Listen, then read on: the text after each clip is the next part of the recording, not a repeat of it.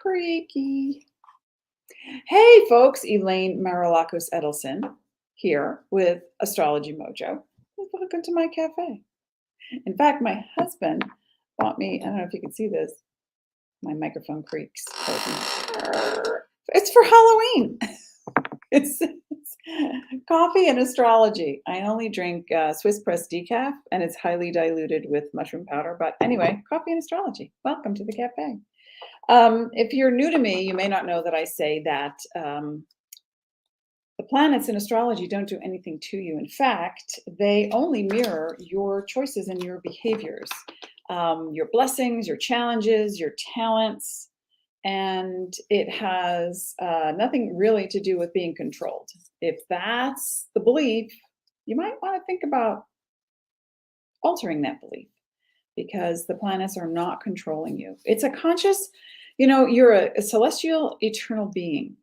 And this energy that you emit, no matter where you are, whether you're on Earth, off planet, it doesn't matter. In a body, out of a body, the frequency that you emit creates matter. And so what's the matter? You're in the matter. Okay? Yay! So then you have power. You are powerful. Come say hello to me. If you're streaming, I'm streaming to YouTube and Facebook through StreamYard. And I'm currently figuring out how, I'm sorry, I have to oil that. Okay. How to do a poll, which, so then I can ask you guys through a poll while we're live. Hey, Latanja's here, and Lorraine, and Kate's here. Come say hello. Hi. Happy solar eclipse, everybody. That's what we're talking about today. Okay.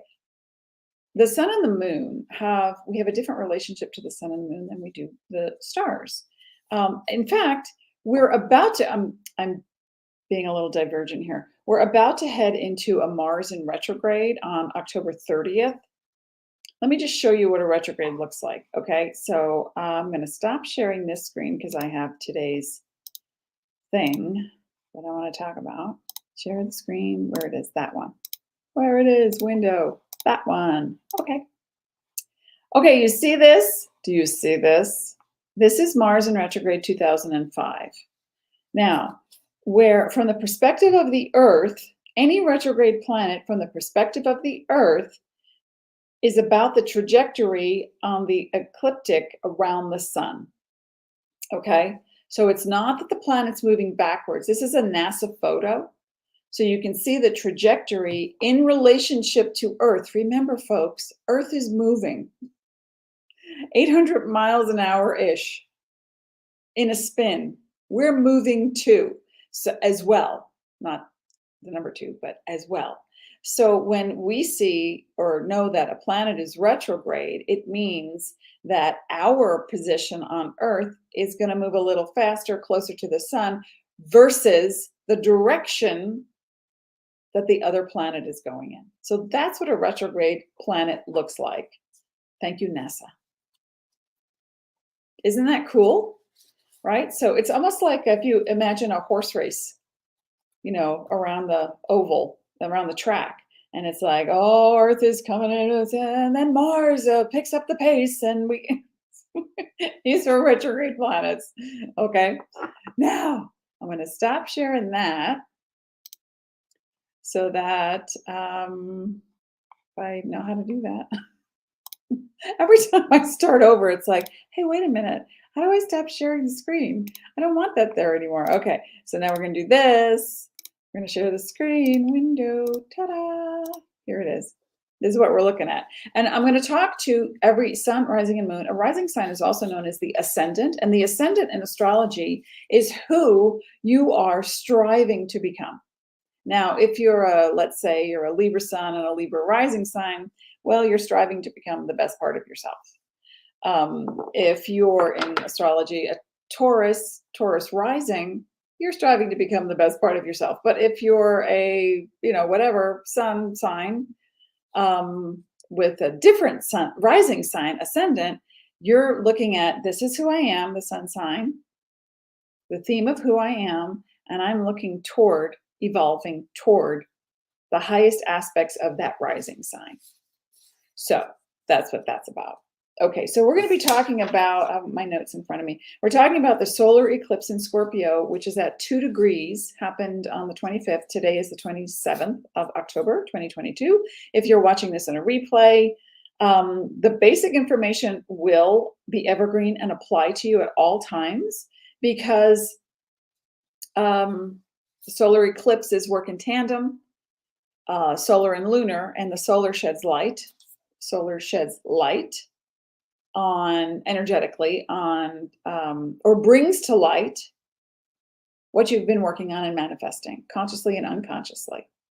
The lunar eclipse casts a glow, lunar moon casts a glow on your emotional self and what you're ready to release, let go of, so that you can move toward that solar eclipse information. And they work in tandem. I'm going to basically talk about the solar eclipse, and then in an upcoming show, I will talk about the lunar eclipse in Taurus, which will be 16 degrees of Taurus. So if you know where that is in your chart, if you don't, you can go to astrologymojo.com and get a free chart, not a reading, but a free chart, so you can follow along. Okay, so hey, Aquarius here. Scorpio moon here, third house. Ooh. Okay, so I'm going to be talking, and I'll also pull a card for the signs, sun, rising, and moon. This is the Heavenly Bodies Astrology Guidebook, written by Lily Ashwell and illustrated by, they're lovely. Little, look at that pretty. So I'm going to be pulling a card from Lily's deck, and I just want to tune in to all of you watching, past, present, and future, across all time, dimension, and space, and karmic experience, so that we are present, because now is the only time that exists. Now is what's happening. So as you watch this, I want you to think about your sun, your rising, your moon. And if you don't know your rising sign, again, you can go to astrologymojo.com and you can get a free natal chart by filling in all the fields of in the form for the information. And then just see how it applies to you. Really think about how it might help you to go to that next place. Hey, Rhonda's here. So what are some issues people are having? I want to hear about that. Please post a comment. What is the recurring thing? Because eclipses really help to show you, it's like a flashlight, and it may feel out of the blue. For some, it may feel like it's been building, because remember, or maybe you don't know, in April and May of 2022, we had a solar eclipse in Taurus and a lunar eclipse in Scorpio. So that was a thing. And then over the months, and sometimes it depends on your chart, and if you have sun, rising, and moon in Taurus or Scorpio, you could really be going through a huge transformation. This is what it's all about, folks. It's letting go of who you are attached to the past, because coupled with the solar and lunar eclipse in Taurus and Scorpio, first April, May, Taurus, solar, Scorpio, lunar. Now it's flipped. Now it's Scorpio, solar, power, and Taurus, lunar, value. So when you think about what you value, so it's been a 6-month period and more. It's never on a dime, stop or start on a dime in the universe. But it's been a 6-month period-ish of how you move your energy and what you really believe. Because when people say, hey, why did you do that to me? It's never just out of the blue, because your unconscious self is all shades of blue. So that we live in a world of magnetic attraction. You attract something to you, and if it doesn't feel good, especially it's highlighted in eclipse seasons, but if it doesn't feel good, then you think, I've been a good person and they fired me and I wasn't expecting it, or I can't believe this person said that or did that, or whatever the situation is. I want you to just stand back for a minute, and it could be amazing. You win the lottery in a career, in a relationship, and you're like, what did I do to deserve this? Then it's the opposite.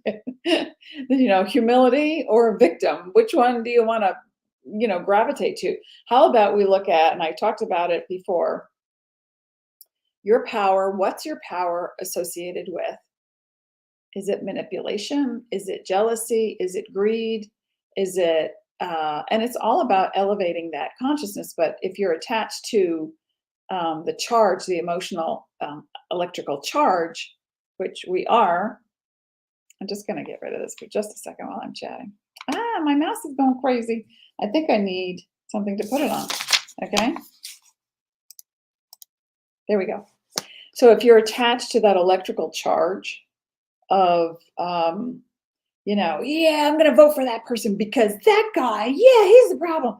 So when we go there, what we do is we split our energy. And when we split our energy, we're not looking at who we really are. You have so much power. And the stories that I have heard over 35 years of everything from literally the mafia, people in the mafia, families who don't want to be there anymore, or things they've experienced from jealous husbands, is my wife cheating on me, to, yeah, we had to run for our lives in Poland. I mean, I have heard it all. And not only on the physical plane, I've seen it. I've seen it.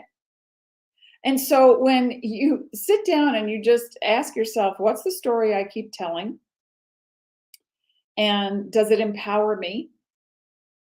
Do I value it? Now, I think it was Dr. Joe Dispenza who said, turn your wounds into wisdom. So if you can take, which is a beautiful line, right?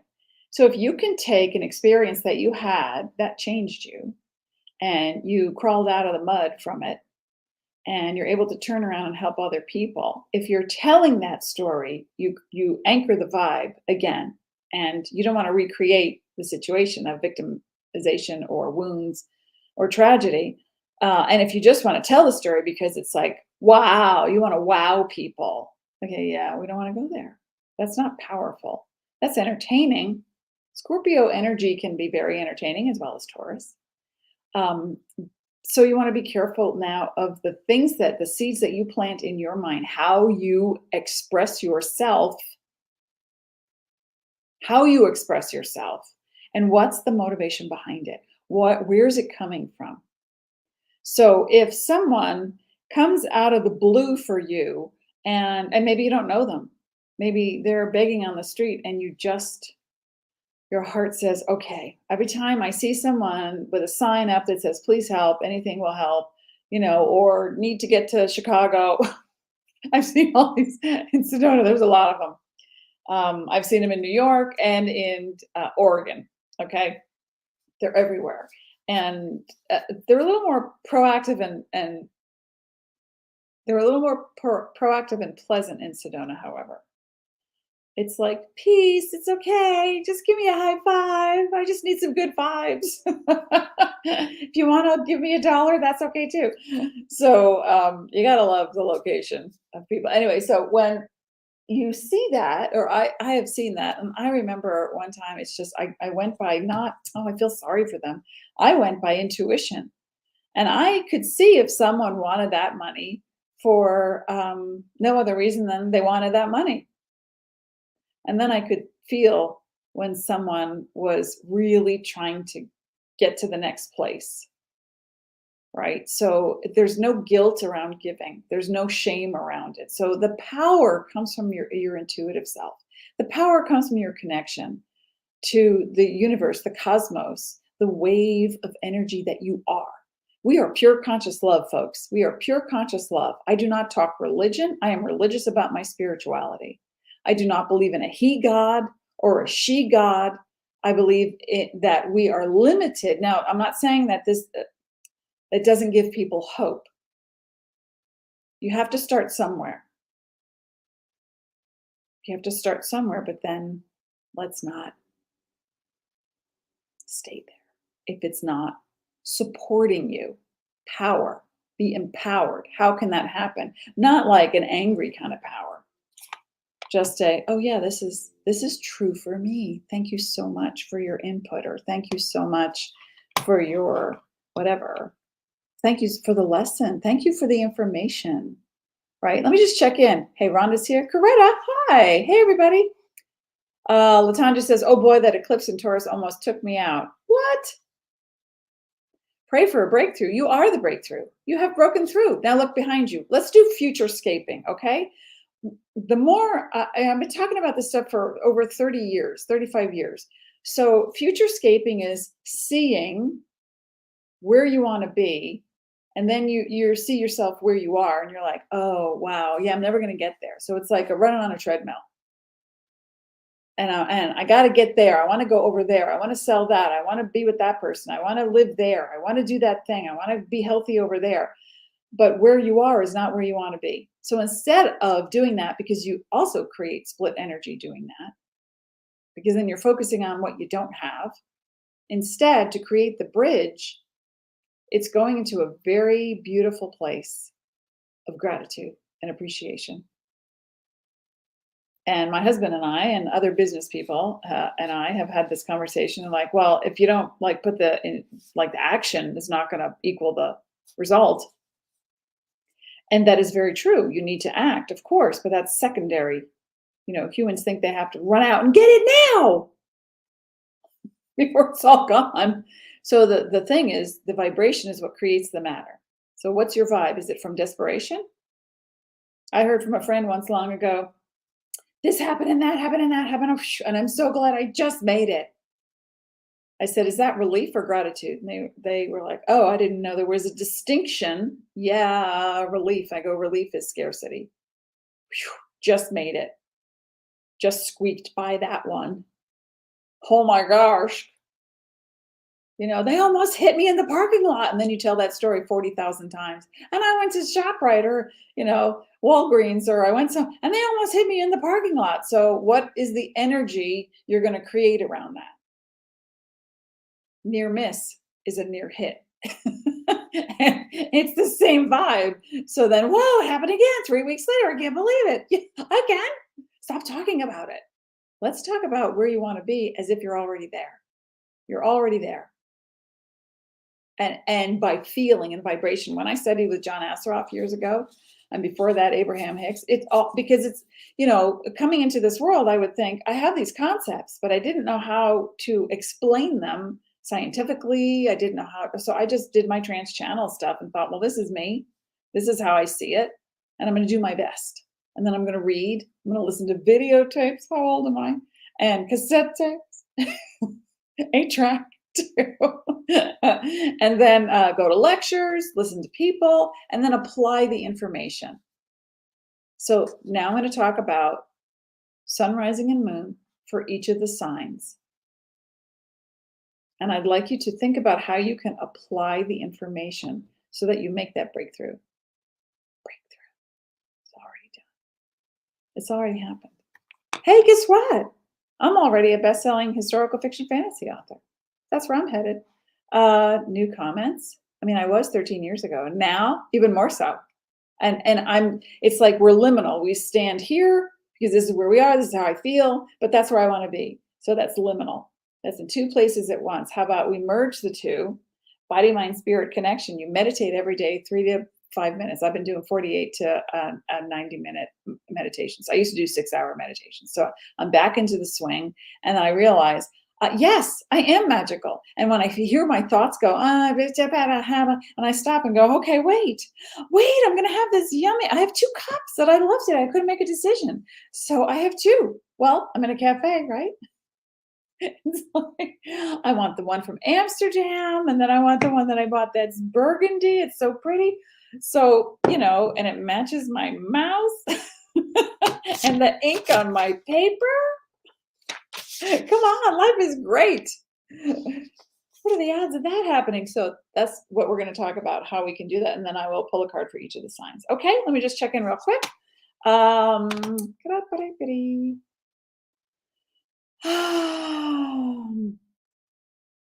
Hi, Julie. Yeah, Joe's cool. Very cool. Latanja, many more are coming. Yay. First live. This is your first time seeing me, Coretta? You mean aside from the time that you saw me live in person? You're so sweet. Latanja. Shauna is, I don't know where you're located right now because I thought you were moving. I don't know. But if you get a chance to hear Shauna sing, yeah. Oh my God, did you just mention Abraham Hicks? It's amazing how connected we are, inspired by the same people. And before that was Bartholomew. And before that, and this is, we're talking like close to 40 years ago. So that came into my awareness through an Aquarian, Scorpio rising, by the way. Brought that to my attention. I was like, oh, they're talking about what I feel. Oh my gosh, I know this. So I was so excited that I could connect with someone who was doing that work in the world, because as a trance channel so many years ago, it was just like I moved my ego aside, the information came through, and then I was like spacey most of the time, because this, I think I showed this to you before many times, but when I do my work, this is what I look like. Me, my light. So when I connected with other light like that, it's great. And I want you to do the same. You have that. You are that. We are excited, aren't we? Karen is here. 2 coffee cups. Haha, I'm so excited to be shifting away from a position that's no longer serving me or my thought. Me too. I'm very happy for you. So everybody just throw out, tell me your sun sign, and if you know your rising sign. Just, I want to hear who's here. I know we have a Capricorn. We have a Libran. But I want to hear, what are your sun signs? Arkansas. Hot Springs. Okay, then it wasn't you. Okay, sorry, Sean. So many readings, so many people, so much information. I do my best to I do the clearing now. I have to clear people out of my vibe because, then I start thinking about them all the time. Okay, so Coretta's a Capricorn, Sun, and Rising. Who else do we have? Come on, people. Let me know you're here. This is fun. All right, I'm going to start, I'm going to start talking about where we are, 2 degrees, Scorpio, eclipse, solar, sun, light, masculine energy. Now, it could be the part of you. Julie's a Libra, Kate's a Virgo, Rhonda, Pisces Sun, Cap rising, and moon. Okay, so you're going to listen twice when I talk about Capricorn. You too, Coretta. Okay, Julie's sun. I have to look at okay, Julie, Scorpio, Libra rising, Scorpio moon. Okay, you too. Listen twice to Scorpio. Karen's a Libran. Latanja's a Libran. Hey, I think we have to have like little groups where all the Librans just show up and all the Scorpios just show up. And it's going to sound like a bunch of chickens all talking about the same stuff. However, you are unique. No 2 rising sun sign, moon signs are the same. Okay, thank you for sharing. I love that you're invested in this as much as I am. Okay, so Scorpio, solar eclipse. We're going to begin with Scorpio today. Now, for the sake of YouTubers, I have to be very clear so that I can do, what do you call it? Timestamps. Okay, and then Shauna. We have an Aries, Gemini, Aries. Again, listen twice to Aries. All right, here we go. Scorpio, solar eclipse. This is for Scorpio. Now, I'm going to include a little bit of the lunar eclipse, but that I'm going to talk about next week in depth. So, because they work in tandem. Eclipses work in tandem 2 weeks apart every 6 months. Here we go. So, Scorpio, added bonus that you may be feeling like somebody shook you out of bed with a trumpet. So at the same time, Venus has entered Scorpio. And so when I look at through November 15, and so when I look at that, I feel my Scorpio people and Scorpio rising and moon people, you've got a magnetic thing happening right now. So be very aware of your thoughts and your feelings. Scorpio sun, rising, and moon. Very aware of the fact that you, as I speak, abracadabra, means I create as I speak, but what's the energy behind it? So if you're holding in something and you're not expressing it, like, oh, it's just who they are, I'll blow it off. It's going to be, I need to get that out of my system right now because I'm clearing the field. You're clearing your energy field, Scorpio Sun, Rising, and Moon, and you're moving toward a sense of inner power without so much action, but also, because remember, it's about perception, but it's your identity. So where it might show up is with your body. Maybe suddenly it's like, I can't drink, hot coffee anymore because I get my stomach burns, or I can't do this thing anymore because my head hurts. I thought I could go and sit and listen to a concert, but I'm overwhelmed. So I want you to pay really close attention, Scorpio Sun, Rising, and Moon, to your body's signals.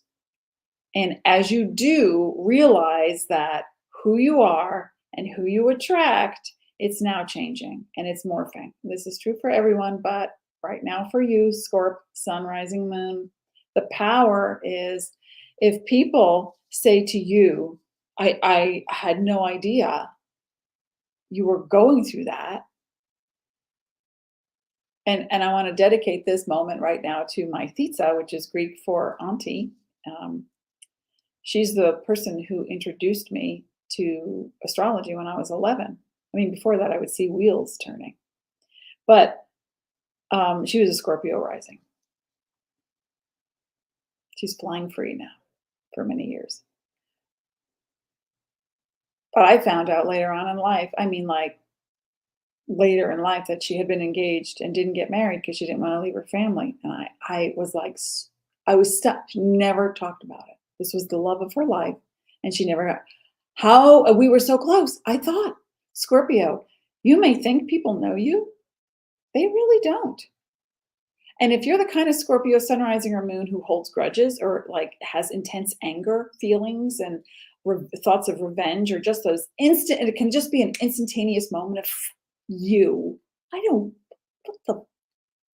between you and a partner, you and a client, you and the outside world, there can be a bridge. And that bridge is, I'm just going to feel that, and then I'm going to watch it fade and turn to a different color. That's all. I'm going to move some energy.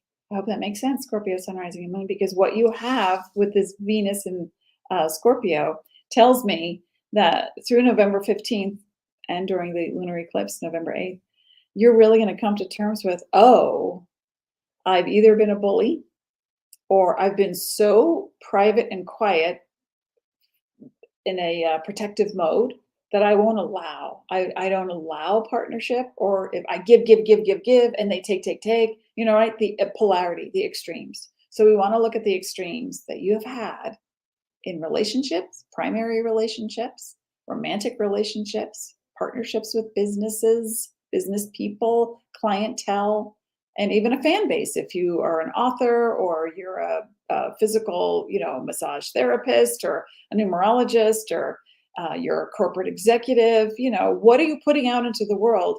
What comes back? What comes back is a mirror. Okay. Sagittarius, are we ready? Sagittarius, Sun, Rising, and Moon. We are looking at your values right now. Your values, yes, and what helps you to feel secure. And if you are moving toward financial security or investments, that's going to come up more now, yes, but more in November, December. But right now, we have to work on your worth. What's your self-worth? Now, you might look at that in a dollar sense, but I want to look at it in common sense. And that common sense is, because you exist, Sagittarius, Sun, Rising, and Moon, you are worth it. There. Wow, that was easy. We're done. I don't think so. Because when you put a value on a thing and then that thing breaks, or you put a value on what you've contributed, whether it's financial, it's your energy base, it's your resources, it's where you feel secure in giving. Now, you may think, you know what? Hang on. I'm just going to bring this up for a real quick hot second. And I can't see it. I have to make this bigger. Okay. So when Mars does its things, Sagittarius, sun, rising, and moon, and it's in Gemini right now, which means it's in your opposite sign. It's going to go retrograde. You're going to be looking at, how do I make my money stretch? How do I invest it so it grows? How do I work less, make more? How do I get the right insurance, Sag, sun, rising, and moon? How do I feel invested in? What kind of work do I want to be doing? What about a retirement package? How is this going to work for me? What about my spousal income? What about I'm a widower, and I don't have, it's like it runs out in 6 months, the benefits from my spouse's income. So you're going to be looking at what is worth it to you, worth it, okay? Now, I'm going to come full circle. I'll come back to Scorpio at the very end again, because this is your time, Scorpio. But Sagittarius, here, I'm pointing at the wrong thing. So here is the Mars in Gemini, and it's going to go back and forth here, reflecting your need to get really clear on, I don't want to use that HMO. I don't want that to be my provider anymore. I'm not getting what I need, or they just, they retired and I have got to find someone else. So anything that deals with joint resources is going to be big for you, but it starts with your self-worth. It starts with what you think you're worth, Sag, sun, rising, and moon. And I think in the bigger picture, and again, I'm coming back to you, Scorpio, so don't worry about it. Don't worry. In the bigger picture, Sagittarius, so again, Scorpio, don't think I forgot you. I didn't. I have a plan. So Sagittarius, sun, rising, and moon, we're looking at the yin energy, the receptive energy, the allowing energy. And if you've got a Taurus, Cancer, Virgo, Scorpio, Capricorn, Pisces person in your world, think about what you value about this person and if they support you or not. And because, especially with the spousal stuff, but allowing means you trust that it's going to come. So it says intuition, trust, patience, spirituality, and receptivity. Now, when we allow, it's like you could be doing all the spiritual work in the world. I know a lot of Sages who are very cynical and Sages who are totally spiritual. It's like, oh, I meditate every day. I, throw at the stupa, I will, throw incense and do the thing, and the petals and the leaves and it's like the eclipse ceremonies and the rituals. But yet, with all that output, there's not enough input. There's not enough. I'm going to sit back and allow it to come to me because I trust that my needs are met. Core, Sag, sun, rising, and moon. I want you to trust that your needs are met. And think about how a Taurus might, putting on different lenses and seeing through the eyes of a Taurian, and ask your friends and family and people that you trust, how would you handle this situation? If you keep doing this thing and you keep getting the same response, but it doesn't feel like you're getting what you need, how would you handle it, Taurus? How would you handle it, Cancer? How would you handle it, Virgo? How would you handle it, Scorpio? How would you handle it, Capricorn? How would you handle it, Pisces? You're going to get a lot of different input, but there's going to be a gem in there and you're going to go, oh my gosh, I never thought of that. Wow. That's really cool. All right, Sag, sun, rising, and moon, I want you to think about that and take this back with you. Take this back with you into your heart. I've got trust. No, I don't. Oh, we're liminal, aren't we? I have so much money flowing into my bank account. Not really, because I have to work hard for it. Okay, so that kind of back and forth, let me move over here. That kind of back and forth is you saying I trust and then stopping it with a thought. Think about that. Sag, sun, rising, and moon. All right. Next up, Capricorn. Do I want my cafe or my tea? I'll go for the cafe. Okay, Capricorn, sun, rising, and moon. We are looking at the third house. Now, you're going to do the the high five, sakes Allah, hallelujah. Praise the cosmic dust. Pluto will be leaving your sign, our sign, I'm a Capricorn rising, for a short stint for 6 months and into Aquarius through June. You're like, January through June. Oh, yay. I can breathe. And then you're going to cover what you perceive, what you believe is true. You know, I used to live in a trailer without heat and bugs crawled across I slept in my clothes. It was, yeah, I don't have, it was, yeah. But I only say that once in a while to let you know and give you perspective that we aren't born running a race and then winning the award, you know. High five, everybody. Thank you. I made it. And I'm only 2 years old. We start out wondering, what the heck just happened to me? I didn't want to be here. Did I say I wanted to be here? This is hard. Capricorn Sun, rising, and moon. It doesn't have to be hard. Let's talk Joe Dispenza again. Let's turn those wounds into wisdom. And so now for the next couple of months, especially with this eclipse, we are looking at your perceptions. With the Scorpio eclipse, we're looking at the third house, perceptions versus actualization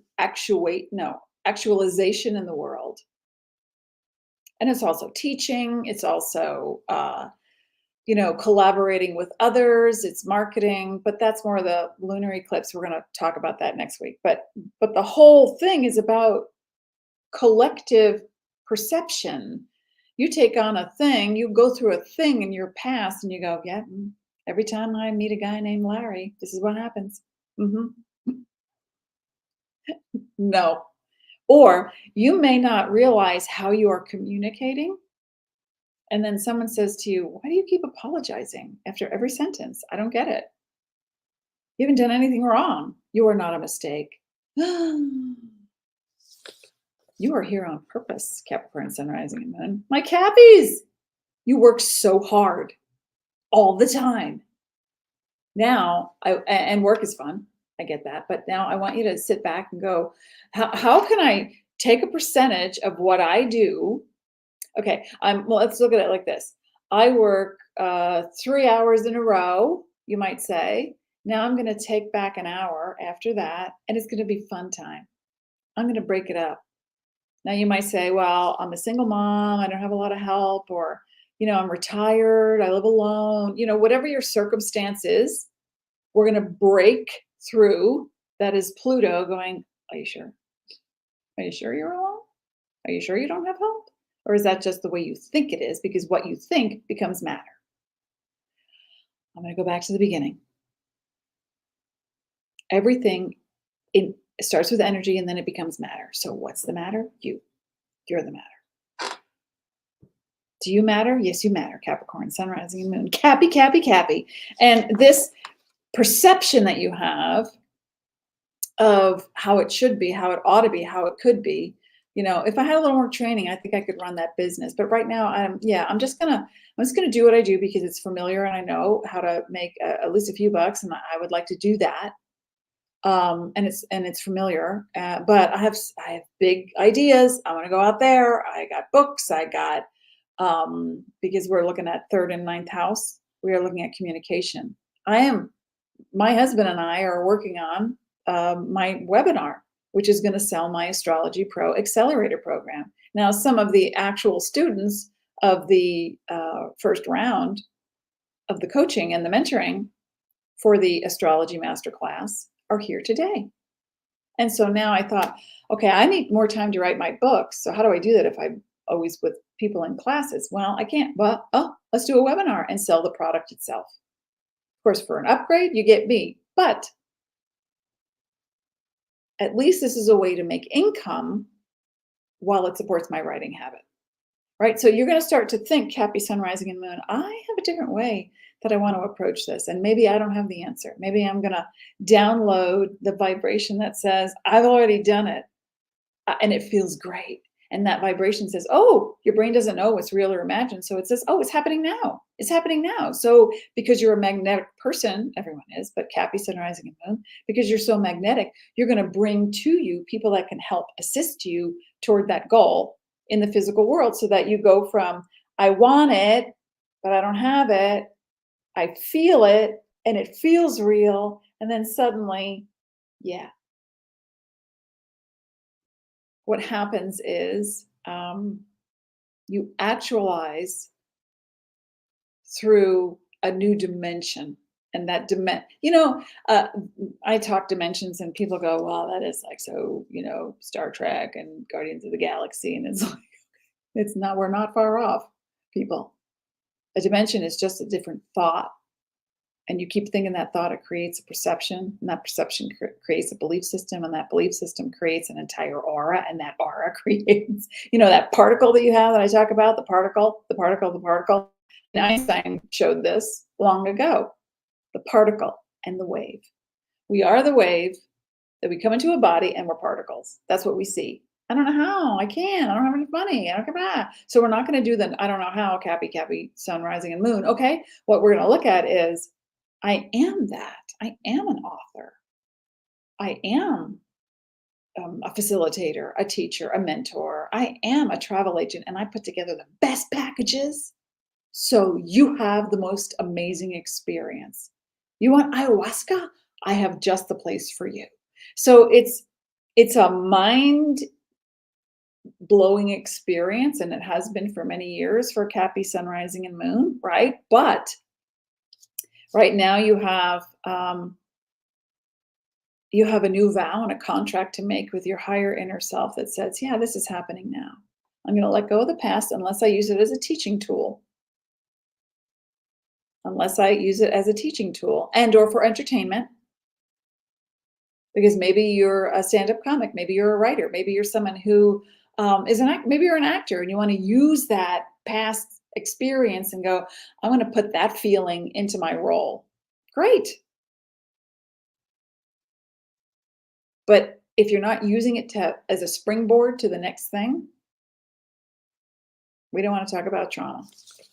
Unless you're a facilitator or a doctor or a psychologist or a counselor or any kind of energy worker, then it's a springboard to your platform.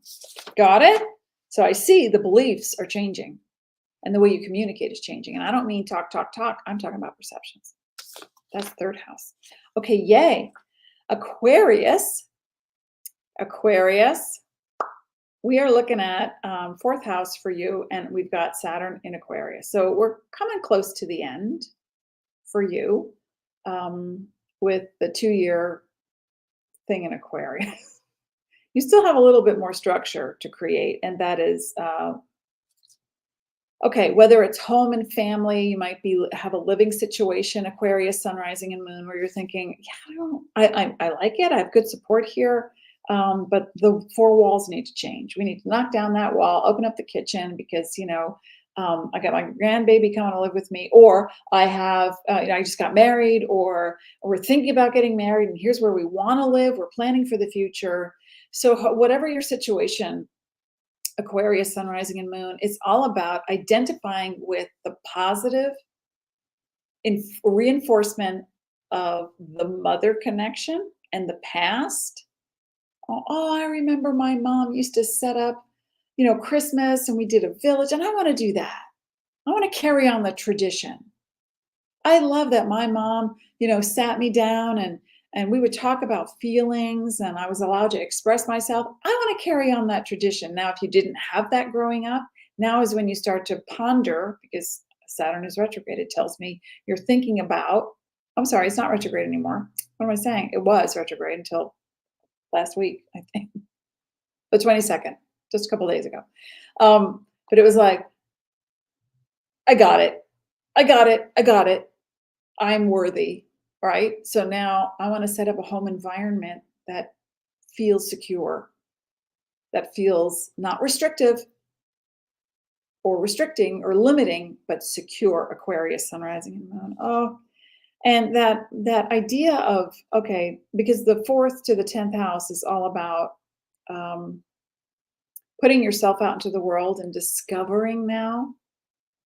You're going to discover now, Aquarius, Sun, Rising, Moon. It feels like this eclipse hits home in so many different ways. And it's like you could go to core now with why you perceived something a certain way in your childhood years and thinking, oh, I thought that that's how people talk to each other. My husband, who's Aquarius moon sign, talked about this once, and he said, yeah, my brother and I thought that this was how it was having dinner.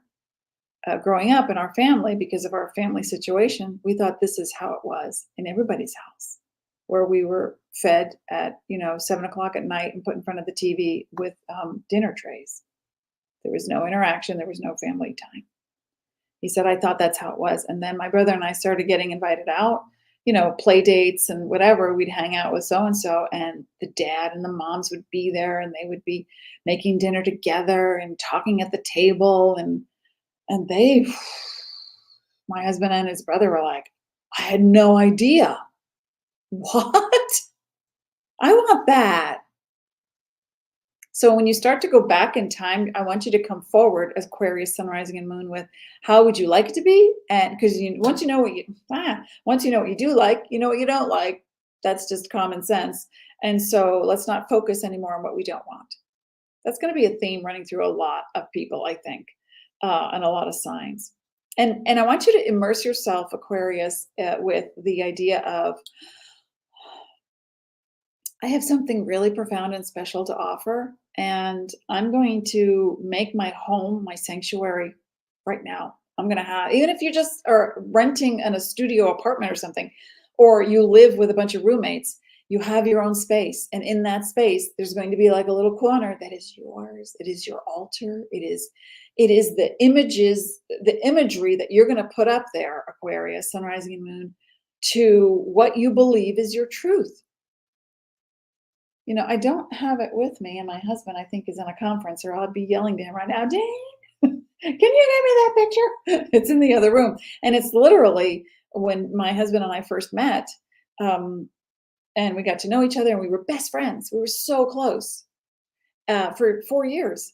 And we put together, I cut out pictures of Sedona. I put a car that we wanted to get. There was a computer, and I mean, like, this was many years ago. So the kind of computer picture I could find in a magazine with like an old Commodore 64 or something. Does anybody know what that means? I am that old. And, and a little baby and a dog in the mountains and the river. And it was just like, we are manifesting this. And we looked at it every day. Well, this is where we live. We had the dog, we had the computer, we had the baby. That's it. We did it. But it was, a process along the way. So Aquarius, Sun, Rising, and Moon, I want you to have that visual. I want you to think about where you are, but not that you're stuck here. It's like, I'm moving toward, I'm calibrating, making changes. And they start in the home for you. You have to have a safe home space. If you live somewhere where you do not feel safe, it is time to contact someone and get some help and find that space. Even if it's temporary and it's like, hey, can I crash just for 3 weeks until I, figure out where I'm going? Ask for help. Because deep down, Aquarius, Sun, Rising, and Moon, that part of you that wants to emulate mom, which is an homage to your expansion, and or cut the ties to. And that's okay too.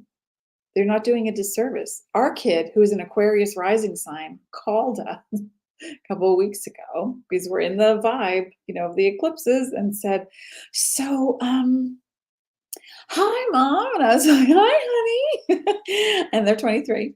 They go by they. And so, what are you guys doing for Christmas? And I was like, I don't know. What are you doing for Christmas? Well, they have a boyfriend. And, well, I got invited to go be with his family for Christmas. And I was like, oh my gosh, that's so exciting. Really? Yeah, honey, please. This is your life. You're an adult. My God, your grandmother was married at your age. It's like, it's okay. You can do this. You're not betraying us. Go. Have a great time. we're going to send you your Christmas presents ahead of time. When you're leaving, we can help you plan your trip. It's like we put a spin on it that felt so good. Of course, we're going to miss our kid for Christmas. This is the first year our kid will not be here for Christmas. But it's not like there's no guilt involved. There's no, and I said, please do not assess guilt. Do not put guilt on this. Do you hear my voice? We're so happy for you. That's the next step, honey. You're going to have so much fun. You have to take lots of pictures. We're going to send you little videos. We're going to send presents to their house so that you can open up a gift from us. So it was like this whole new thing. It was like, oh, Christmas shopping in a different way. So when our kid heard that, they were like, Mama, I love you so much. Get it? Do you understand, Aquarii? Okay, let me take a sip. Pisces.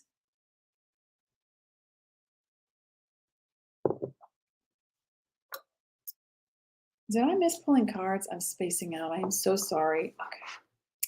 All right, I'm going to have to go back. I'm so sorry. I apologize. I have the cards right in front of me, but I'm like, la, la.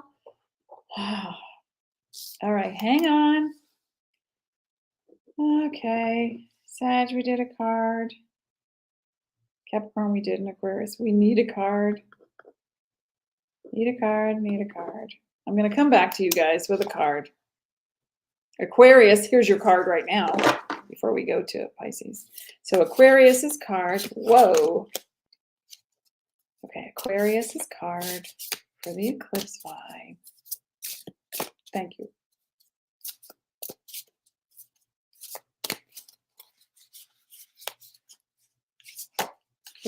Whee! Okay. Oh my gosh.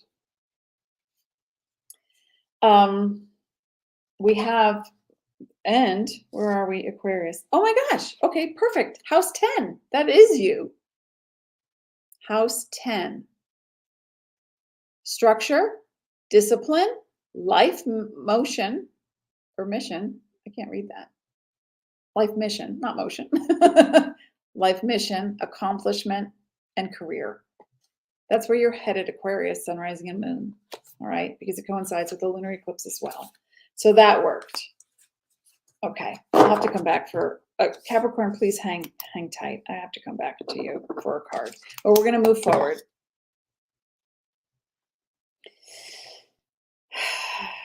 Pisces, we're moving on. Pisces, look at what we got. Neptune in Pisces is the 5th house and the 11th house axis for you.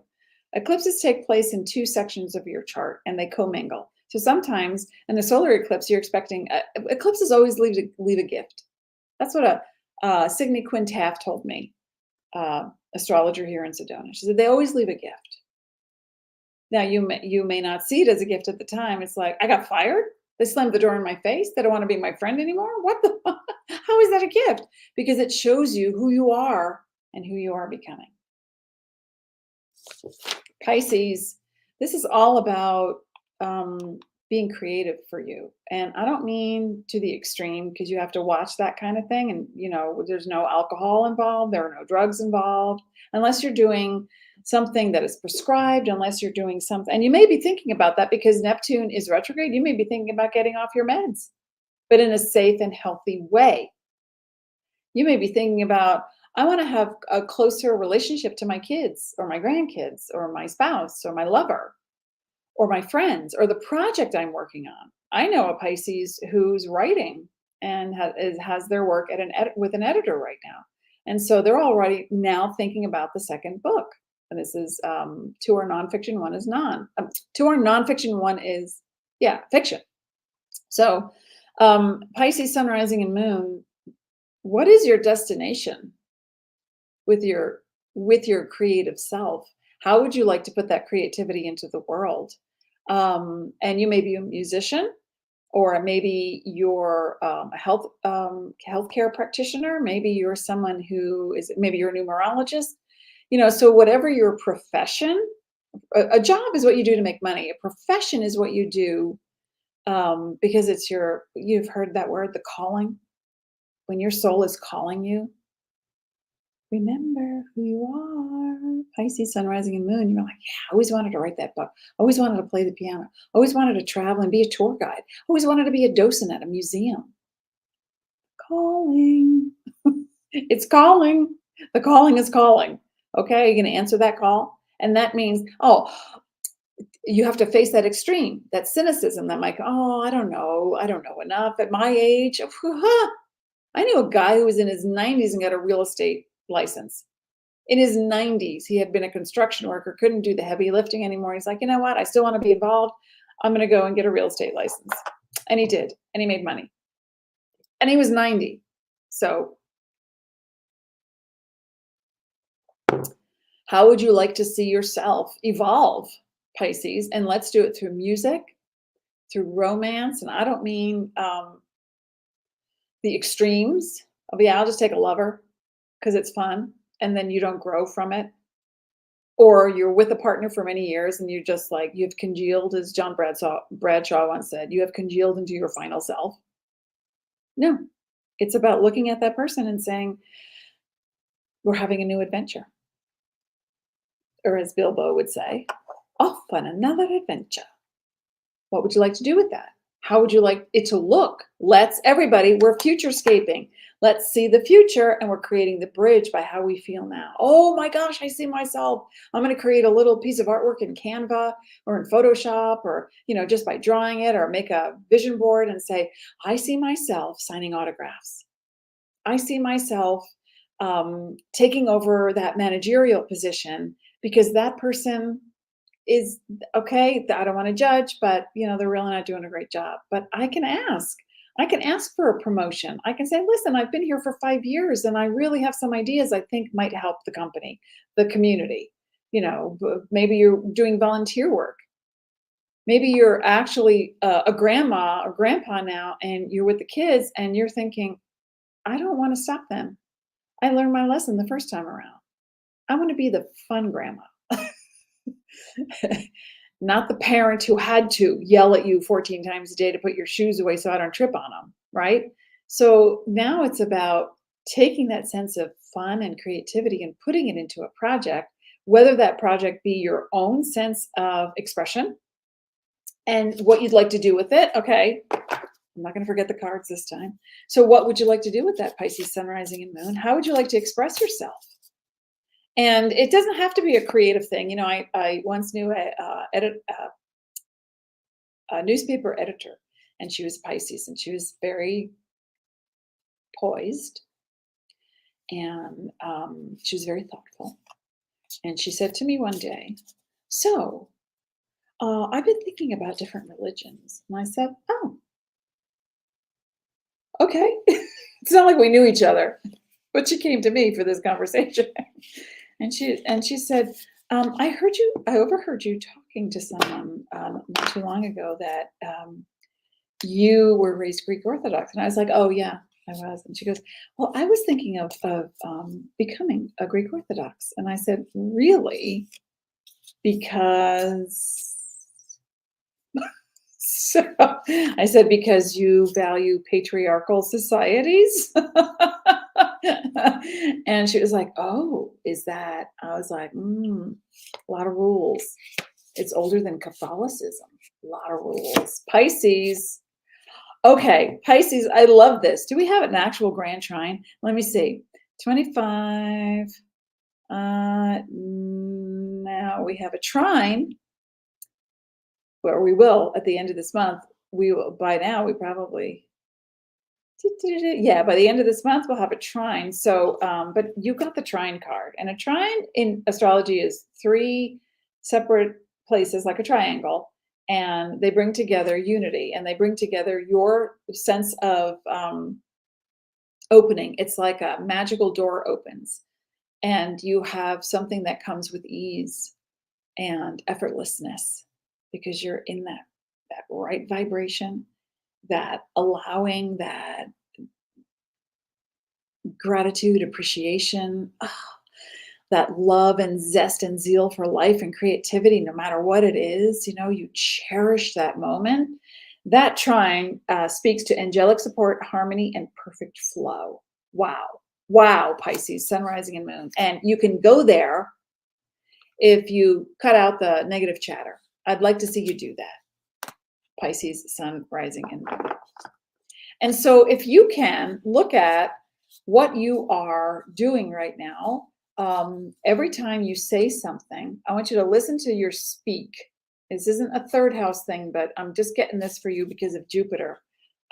Jupiter's here retrograde in Aries, and it's about to head back into Pisces.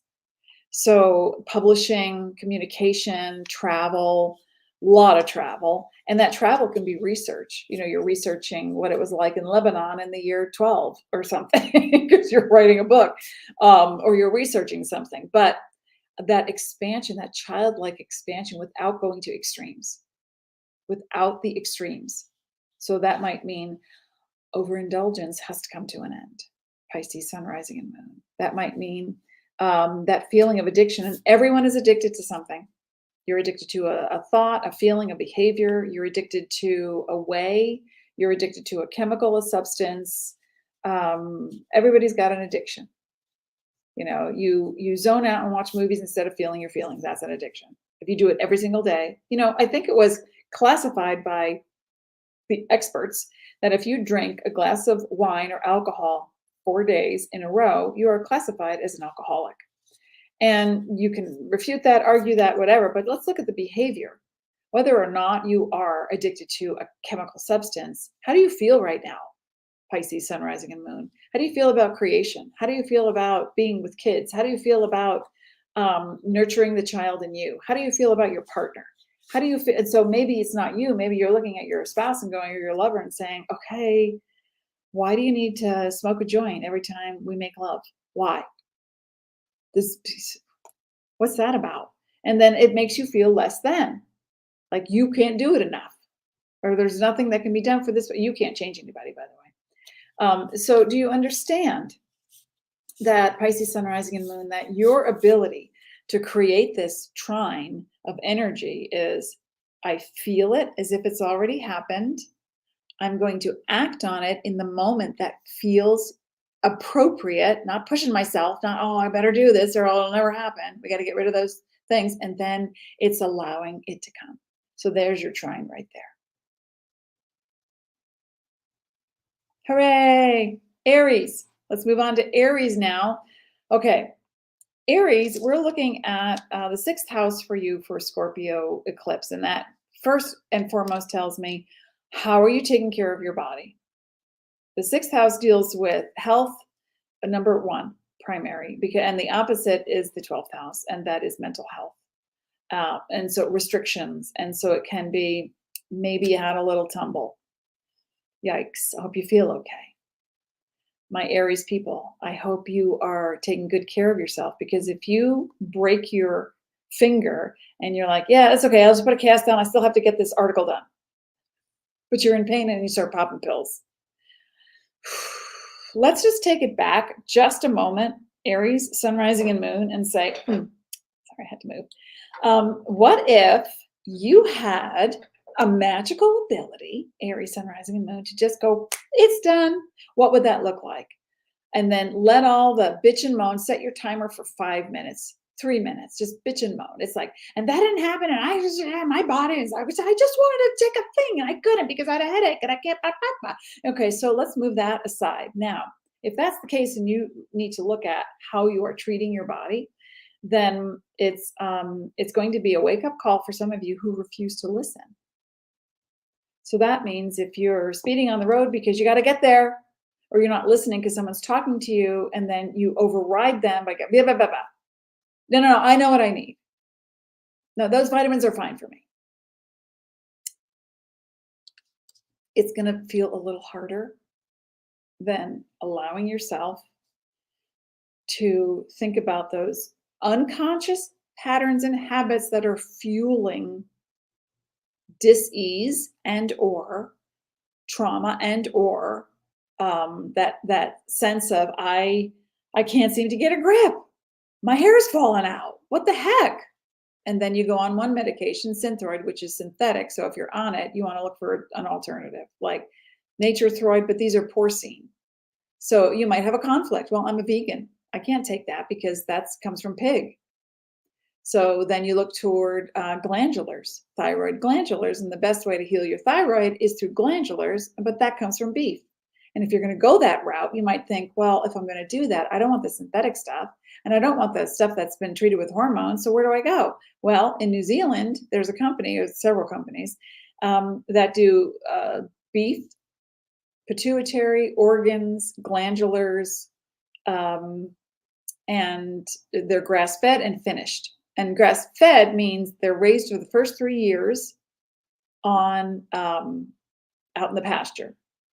Then the last part, they push corn. So they're not finished. So if you hear grass-fed, you go, oh, it's grass-fed. That's great, but they still have corn, which could cause insulin issues. So now is the time, Aries, Sun, Rising, and Moon, where you need to do a little bit of research on what is right for you, because someone might be saying, I think that medication would help you. And you're thinking, okay, I really don't want to do medication. So then you need to research, what are the alternatives? Who else can I talk to? Get a second opinion, get a third opinion.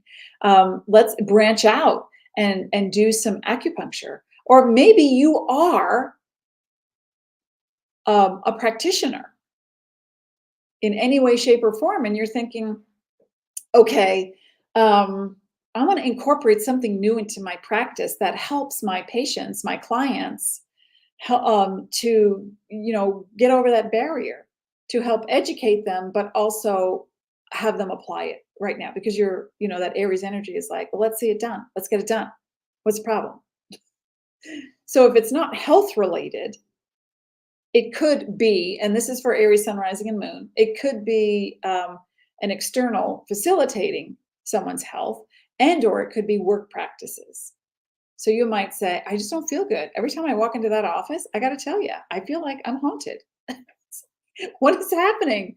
So, you set up your little thing, you do some smudging if they allow it, or you can do it with, instead of smoke, you can do it with essential oils, respectfully. So whatever's happening for you health-wise, it's going to affect business and work practices. So if you have the ability, and you do, because I see you, I see you, Aries, Sun, Rising, and Moon. I want to see you be happy and healthy, and you can if you allow others to give you the answer, if you allow to collaborate, if you show your vulnerability. Just plants are vulnerable doesn't mean we hack them to death with a hatchet. Well, in the rainforest, I guess.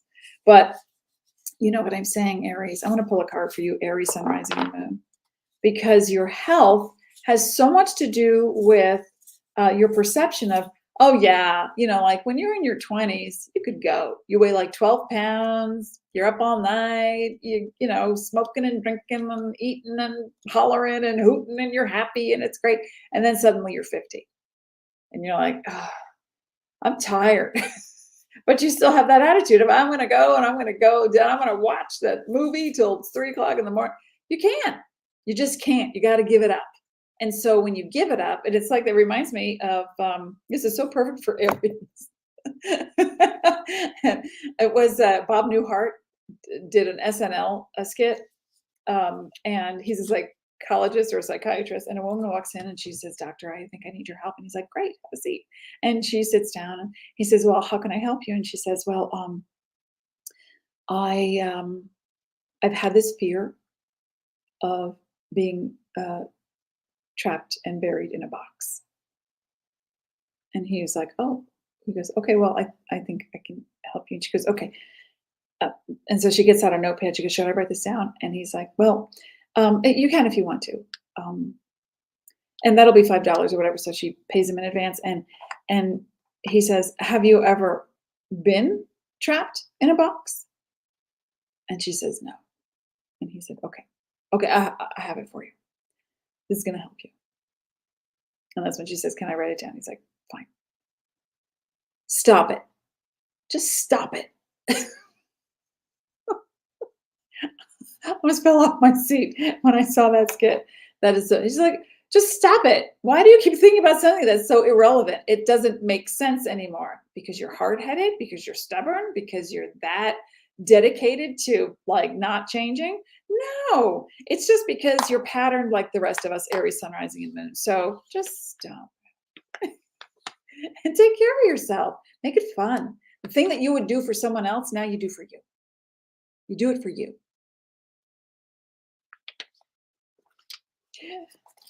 Aries. I have to. Okay. Aries. Oh. Aries. Aries. Pluto. Aries, Pluto. Okay, so that means going to core. That means going to your unconscious self. And that's the 12th house, even though it's guided by, even though the 12th house is guided by Neptune. In general astrology, what we're looking at is going down to the psyche's core of why you would treat yourself like that, or why you would think like that, or why you would continue to sit in an uncomfortable chair just to get that thing done. It's self-abuse. Pluto is here to remind you that you're worth more, that you can feel the flow and you can go with it, and it can be fun, and you could be kinder to yourself, and just get out of the jumble of the head. Aries, sun, rising, and moon. All right, moving on. We've got Taurus. Now this is where the wheel flips, and where Scorpio was the first house, and then the lunar eclipse will be the 7th house. Taurus is the 7th house, and then the lunar eclipse for Taurus will be the 1st house. So when I look at Taurus right now, I'm looking at, we have Uranus in Taurus and it's retrograde. We have North Node in Taurus. Of course, the South Node is in Scorpio, always opposite. So Taurus, you're undergoing a profound change. You have my permission to lie down as often as possible, whenever necessary. You have my permission to feel like you can do this, because you did in your mind. See it as already happened. You've already done it. It's already happened. Tom Papa, one of our favorite stand-up comics, and also has a podcast. He opened up one of his shows. You're doing great. Look at you. You came out, you got dressed. You're doing great. Okay. I'm going to quote Tom Papa for every Taurian I know. Taurus, sun, rising, and moon. You're doing great. Just take it a moment at a time if you have to. And think about this. When Uranus represents freedom, rebellion, erratic behavior, rebelliousness to the nth degree. But who are you rebelling against? My husband had a business idea for me the other day, and I immediately, although I've been working on this like forever, by slowly transitioning the way we talk to each other, it's been helping tremendously. So he had a great idea for a business thing, and I thought, well, that's a good idea, but not that person. I'm not going to collaborate with that person. And it was just like a feeling I had, and I thought, okay, that's my intuition. And so part of my intuition later on, when I let it alone, and I did a lot of meditating. I am a Taurus, by the way. And I let it alone, and I thought about it this morning, and I thought, okay, I had an idea of how this partnership was supposed to go, and I saw myself doing more work than necessary. And I was like, no. So I already created this scenario. It's like, I want to be independent. That's first house Taurus, independence. That's where Scorpio is. You're learning how to be independent without breaking the bridges to other people who might help you. So then I said to my husband today, I thought about it, and it wasn't even a thought. It was a feeling that was like, because I didn't know how it was supposed to go. So I took it on as a pressure and a stop sign. No, I don't know how. How's that supposed to work? So, because then I thought I'd have to do it all. And Dean said, no, I'll write down the email of how we can collaborate with this person. I was like, yes, thank you. All right. And then I'll send the email and present it and see if they want to collaborate with my webinar. And so I realized in my restriction of feeling, I went by feeling first, and then, like spit out a limitation. I thought about it and realized, okay, the time between I did that yesterday, I thought it was a couple of days ago, it was actually yesterday. The time I did that, between that time and this morning, I was sleeping. And in sleeping, you're in the wave 1000%. So I woke up feeling limitless and powerful and empowered. And Taurus, Sun, Rising, and Moon, I'd like to see you feel the same with partners, all kinds of partners, especially marital partners, and how you can work on something. Like, I'm a Taurus, my husband's a Taurus rising. So I got a different perspective that is equally valuable. Value, empowerment. Remember, that's the theme of all these eclipses, value and empowerment. So Taurus, with the North Node here, the doors to your future and partnering, and that's affiliates. If you're in business and you want to affiliate with someone, and then you work out the details with contracts, etc. But what we're looking at too is how you can be more you in any relationship without the fear of admonishment. You know, if you're a bully, now some people have said to me many times, no, 3 times in the past 30 years, wow, you're like a sledgehammer. I'd be like, really? I'm so sorry. Okay, well, I guess you could spend 12 years in therapy talking about it, but why not go for core? I mean, that's so it wasn't for them. I wasn't for them. And then I heard Tom Papa, you're doing great. You're doing great. So as I learn to be more me, I magnetize the people to me that are ready to go to core, that are ready for something big. So because I used to think, oh, I can help everybody. No, I can't. And neither can you. You help you first, then you magnetize to you, Taurus, Sun, Rising, and Moon, the kind of partnership that is complementary, but also supportive, but also a little different, to show you there are other ways. There is a way and there's another way. I used to reserve that phrase for Gemini only, but now I think it applies to everybody. So I hope this is making sense, Taurus, Sun, Rising, and Moon, because you have the ability to really digest and know what someone needs and what. You're so romantic, you're so thoughtful, you're curious, you ask questions. But when you are in a partnership now, and this is not including clients, I'm talking about if you're in a teaching mode, yeah. But I'm talking about personal relationships, Taurus, Sun, Rising, and Moon. If you're in a relationship where it's a lover, it's a business partner, and you assume that they hear and understand you, well, you know what that means. What assume means make an ass out of you and me. So I want you to think very carefully. The very next time you're going to be all of you with someone, that might be too much all at once. Pull it back a little bit and listen. Ask questions like you do, because I know every Taurus rising I know, will ask questions.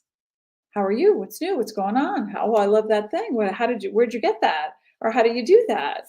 So I want you to think about, oh my gosh, I love this connection. All right. This is about union and merging and coming together. So Taurus, Sun, Rising, and Moon, I want you to come together with me, myself, and I, that first, your higher self, what works for you. Don't just say yes or no because you're in that resistant mode, or you're in that, oh, I'm so loyal, I want to help. What do you need? Sure, I'll do it.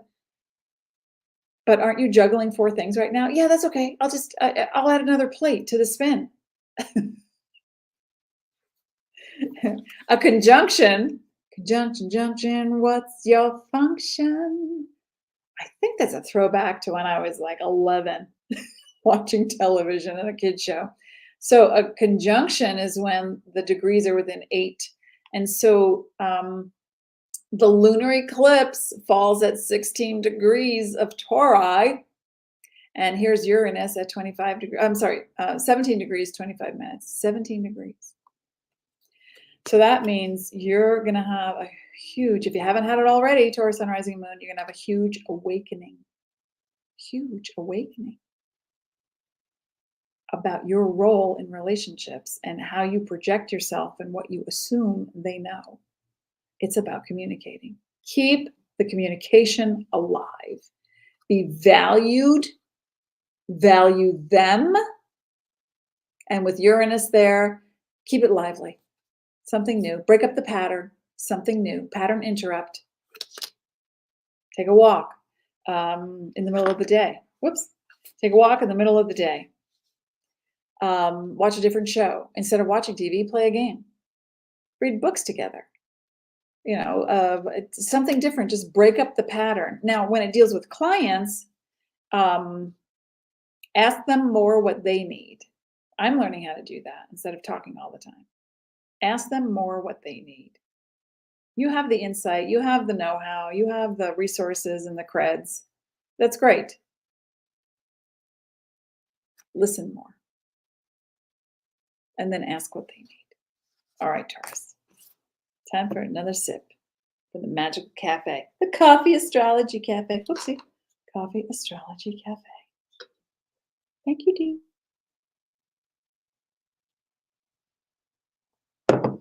Okay, moving on, Gemini. Okay, well, first of all, Mars is in Gemini, and just because Mars is in Gemini, it doesn't mean you've been fueled with jet fuel or powered up with jet fuel. It means you are feeling brave and courageous to do things you've never done before, even if it scares you. And that could be learning something new in an area that's not yours, like a financial area. This is the 8th house. Your eclipses are 8 and 2. And so opposite Sagittarius, but kind of the same. So if you are a combination of Gemini, Sagittarius, this will apply like squared. That's my math. So when you look at the value and worth of something, or how you want to put your energy into a relationship, especially a sexual relationship, or you are looking at joint resources. Well, someone wants to partner with me, Gemini, Sun, Rising, and Moon, and that can be your spouse. Maybe you're going to do business together. Maybe you're going to invest in something together. Maybe it's a friend and you're investing time, energy, and money with them because you're going to help promote them, or they're going to do that for you, or you're just looking at, what is this relationship about? Can I go to the next level with it? Am I ready to go to the next level of me? Because if you are at a place, Gemini, Sun, Rising, and Moon, in a relationship with someone, and there's no new conversation, there's no new breaking up the patterns, there's the same old, whether it's resentments or it's just them, I'll ignore it, or you do all this stuff to control their actions, Gemini, Sun, Rising, and Moon, nothing is going to change. So whoever you attract into your world, it's going to be the same. It's going to be the same energy, whether it's a business partner, an insurance agent, tax collector, you speak to the IRS, maybe you're an adjuster, maybe you're working on, maybe you talk to an insurance company about a different kind of things you can get for your car, or your health. And, you assess everything, and that's fantastic. And then we head into the Mercury in retrograde, Mars retrograde. And this feeling of, I have to do it all, or it's not worth it, or you start to penny pinch because I don't know if it'll be there tomorrow. Well, if I give you a Gemini, Sun, Rising, and Moon, if I give you $1,000, what's your first response? First response or reaction? What happens? I give you $1,000. Here, just take it. It's in cash. Just take it. And you're like, why? Or it might be, oh, yeah. What's the catch? Or it might be, do I have to pay taxes on this? It was a gift, right? So wherever you go in your head is going to tell you where you come from in your body with lack, L-A-C-K. Where are you with lack? Do you lack the resources, the knowledge, the know-how, the spiritual connection to go to the next place? Because if you are not in tune with your higher inner self, you're just operating from intellect and experience and past patterns. And so whatever you did then, you're going to do now, and you get the same outcome. Does that make sense? Gemini, Sun, Rising, and Moon, you have the ability to change your mind and alter your world. And when it comes to that, then we're going to look at letting go of an income source, perhaps, or letting go of an investment that I'm talking like practical, where you put your money, oh yeah, we were doing that, it's not a great return. The ROI on the real estate thing, that's better right now, so we're going to go in that direction, blah, blah. Or you might be looking at energetically where, because that's where it all begins. Where am I putting myself in this relationship? Why do I feel the need to control my partner? Wow. Okay. Well, it's because, and I knew someone very high up in the chain, Gemini, in a community, a religious community, and they came to me for help for a session, and I said, "Well, how can I help you?" And they said, "Well, now that I'm in this community and I'm the leader of this religious spiritual community, I just am just tired because I'm doing it all." And I said, "Okay, do you allow others to help you, or do they need to be underlings?" And I don't think this person was expecting me to be that direct because they didn't like it. And I said, "Well, you have expectations, but just because you meditate 18 hours a day doesn't mean that you're putting into practice equality." So Gemini, Sun, Rising, and Moon, we want to look at equality. Of course, that person never came back to me again. And that's okay. I'm not for that person. But you don't want to be talking out of two sides of your mouth. Like, "Oh yeah, I'm powerful at work, but at home, I have no power." Or I obey all the rules in that part of my world, but over here, it's like I make the rules. So if you can bring together, what is that gap that you have between those two places where you think you have to do it all? Every Gemini moon I've ever met said, "I got to take care of my spouse." Well, what's your spouse doing to help take care of you? Right? That's all I want to say. Not really. Gemini, Sun, Rising, and Moon. I think it's important too that you realize that you are so connected to something greater, something so profoundly powerful.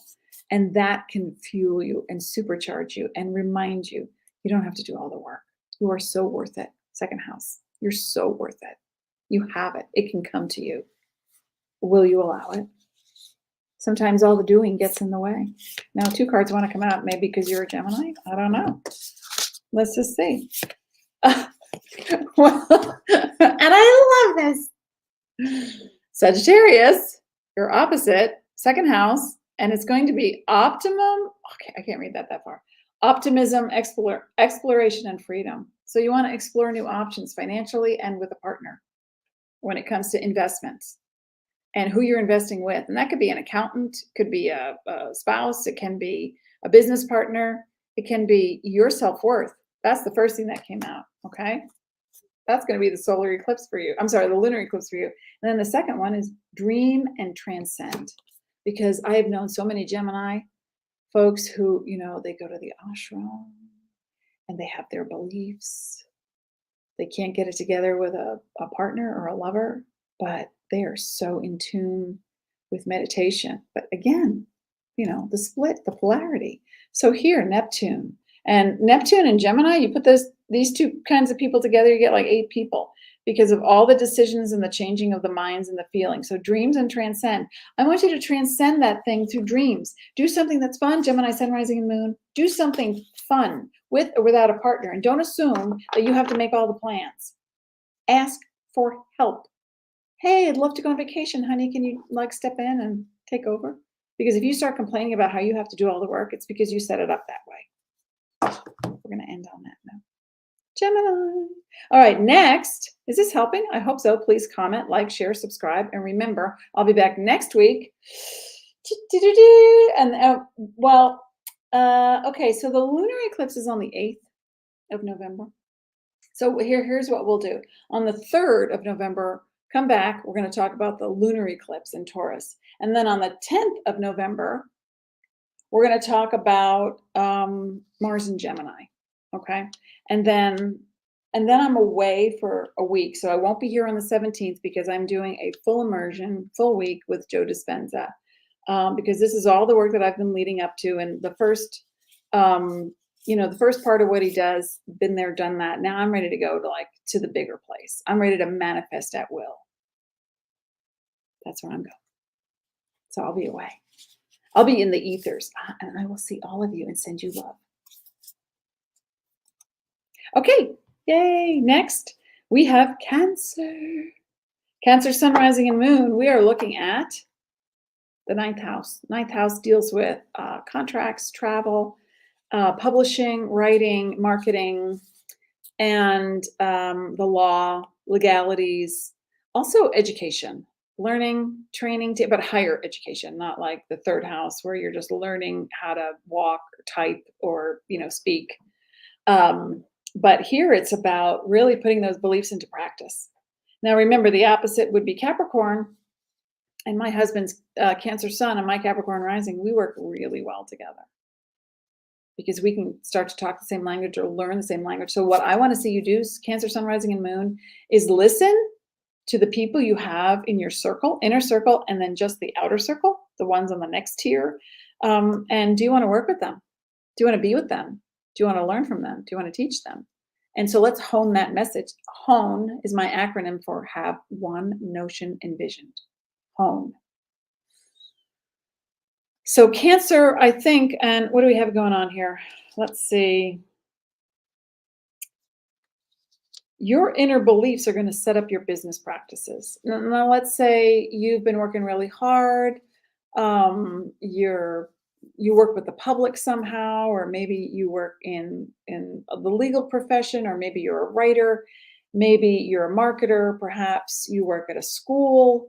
Remember, we're looking at publication, education in the ninth house, as well as learning styles. Maybe you're a liaison. Maybe you speak several languages and you're a liaison to a cultural interpreter. And it's like you're helping the legal team set up the language for a document that goes into Spain or France, whatever it is, whatever new language you need to learn right now, it's going to feel big and it's going to be exciting. So if you resist it by saying, no, this has worked, but if you continue to do the same things over and over, you're only going to get the same results. Cancer, Sun, Rising, and Moon. So every once in a while, when somebody comes into your sphere, inner circle, and then the next tier and says, yeah, I tried that. That's pretty cool. You could do that. Or let's try it this way. It's going to be a lot of working back and forth to see, is this it? Is that it? I don't know. How does it feel? And then you're going to reach your limit and get impatient. So the moment you get impatient, that's your cue that the solar eclipse is a water sign, and so are you. So you can flow with the go. You don't have to direct the current, however. This is learning how to use your higher senses and be more intuitive and empathic, and meditate, please, Cancer, Sun, Rising, and Moon, and watch those defenses. That's all. And if you feel overwhelmed because you work in an industry where there's lots of people, you might just say, okay, we'd have to, set up the tour dates for this singer, or, my husband used to be a road monkey. He was a stand-up comic, and he was like, yeah, I have a family now. I want to transfer that idea of what I can do at home, so I'm not away on the road all the time. So think about what it is you can do to translate to your future. Remember, we're futurescaping, Cancer, Sun, Rising, and Moon. Translate to your future. How can I take what I already know, package it differently, and present it to possibly a new audience? So that might mean some of you are thinking about retirement at some point. And how do I set that up? How much longer do I work? Or you might be thinking, I want to go to Spain. I want to go to Mallorca. I want to have, I want to see flamenco. I want to go to Andalusia. So whatever, and so you might have to abide by the restrictions, and they're loosening up, regardless of whether you're vaccinated or not. You might be thinking, okay, it's time for me. I have all this knowledge. I need to write something down. I need to create a family album. I'm going to do a family tree. I'm a grandma, and I've got all these kids and extended family, and I want to put that together. So the research comes into play, and but remember, the belief system behind it is going to set the tone for the outcome. So if you're thinking, well, they don't speak my language over there, whether it's a financial language, or it's a cultural language, or it's a culinary language, or it's a children's language. If you're believing that, then you need to start creating the bridge, and that's through meditation. you know, this house in ninth house is a really great place to go internal before you go external and think about what's my impact going to be? What's the impact I want to make on the world, on my community and my family? And you could be retired and thinking, I'm done, I'm not making an impact. Well, you talk to people unless you're living in a cave. And then how do you have internet? I want to know. You're special. Yes, there's sun, rising, and moon. How do you want to impact your world? And your world could be 5 people. It could be 10,000 people. And then how do you make that into a reality? Belief systems are going to change, and they need to for you to become empowered. Let me pull a card for you.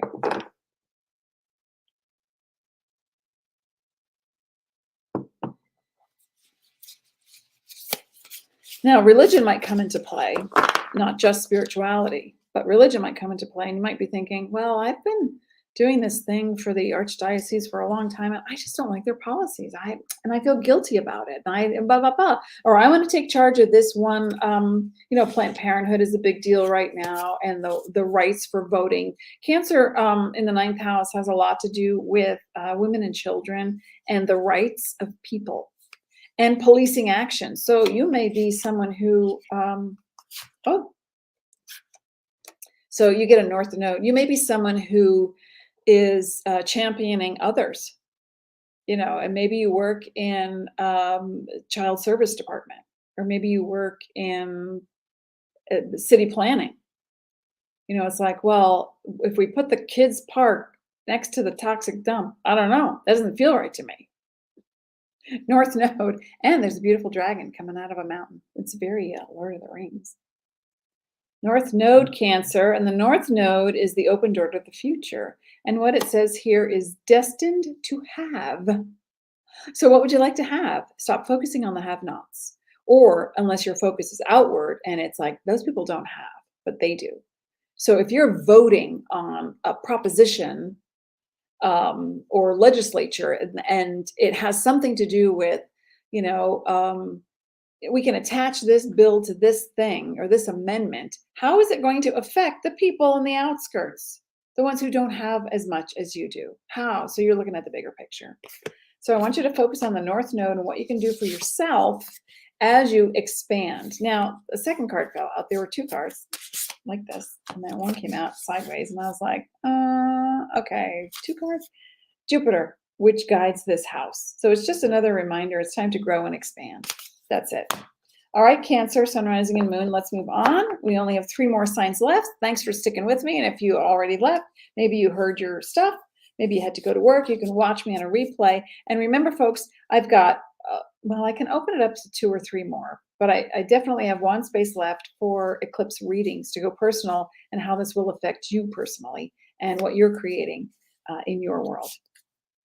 So you'll see the, hang on, what happened to it? You will see the link that I posted in the setup. And if not, I'll put it right here too. And I cover both the solar and the lunar eclipse.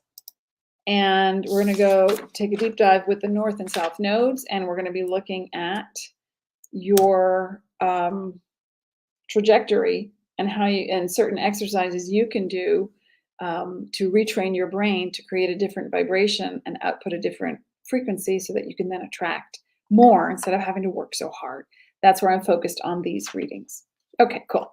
So now we've got Leo. We're looking at 10 and 4 Leo.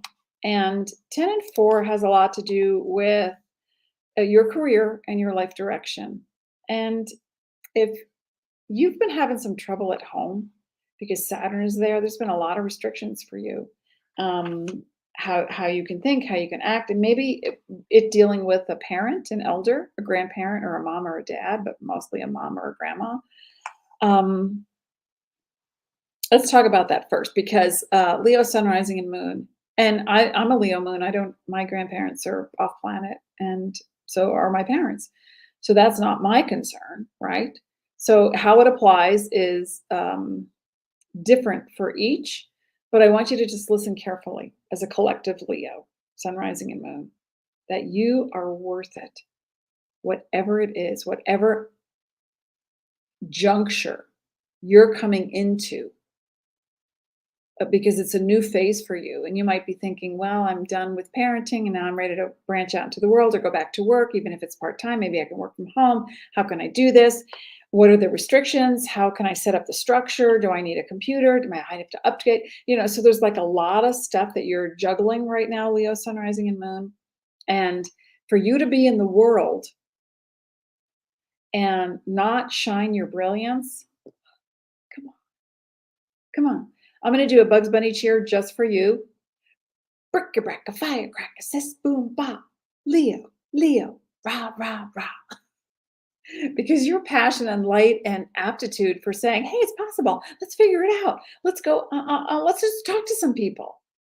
But if you're feeling limited and restricted by something in the home environment, and maybe maybe you have squirrels. My parents said this.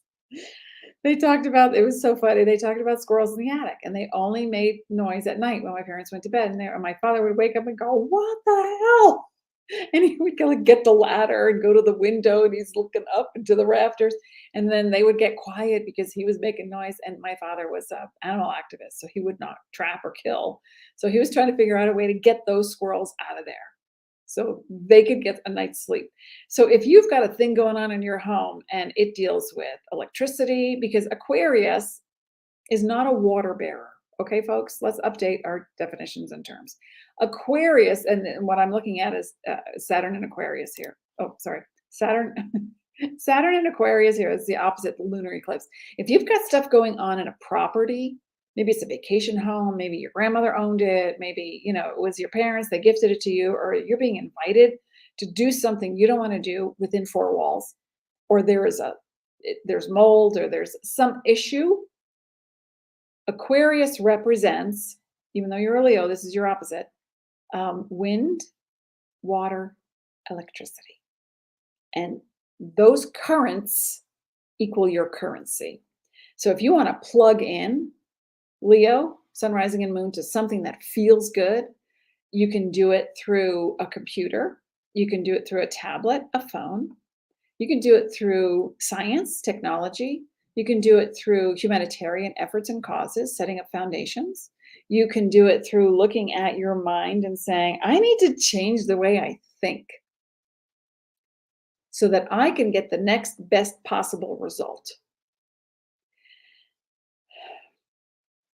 Now, if you are a Leo who has to take care of an elder parent who is ill, I just raised my kids, and now my grandmother's sick and she's coming to live with me. So you do it, and your heart is open and you want to do it, but there's a restriction and a frustration.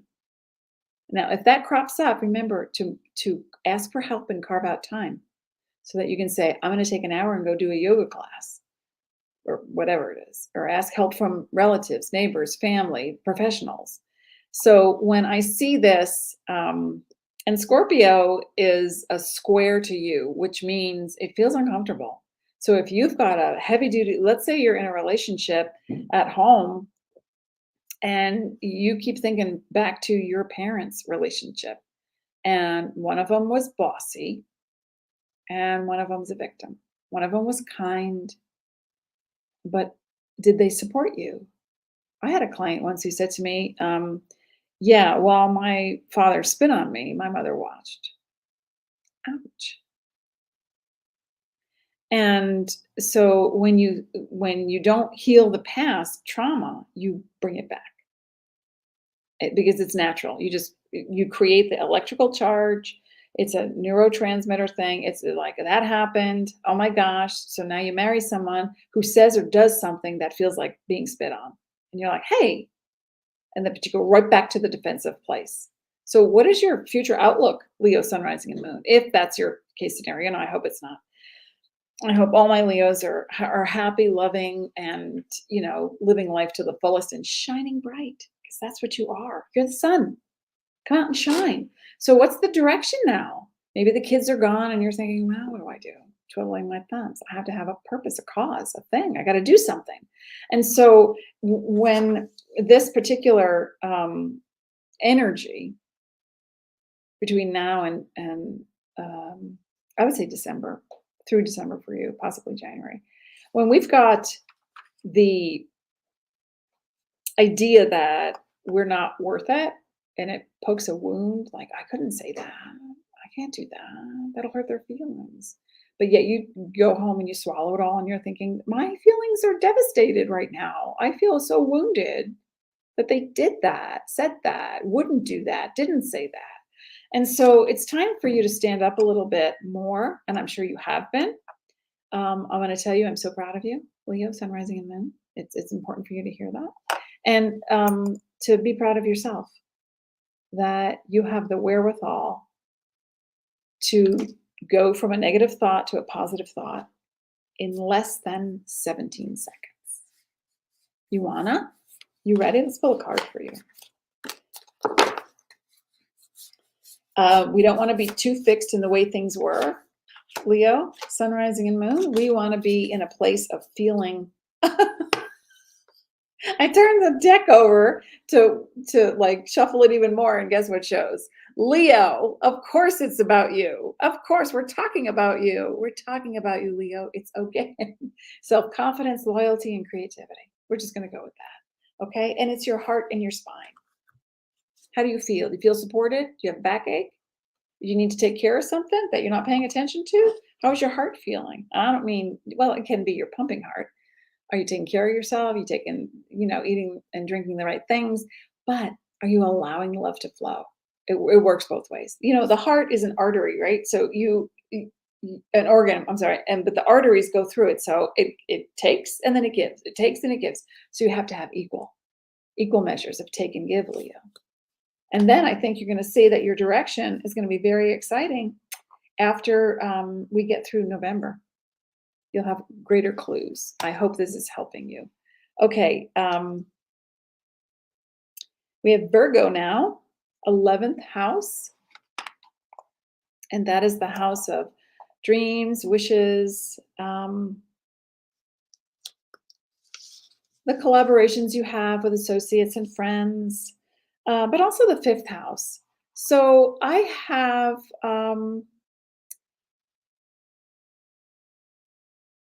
a thing for Virgo, and that is to lighten up on your restrictions around what is. You're a cause-related person.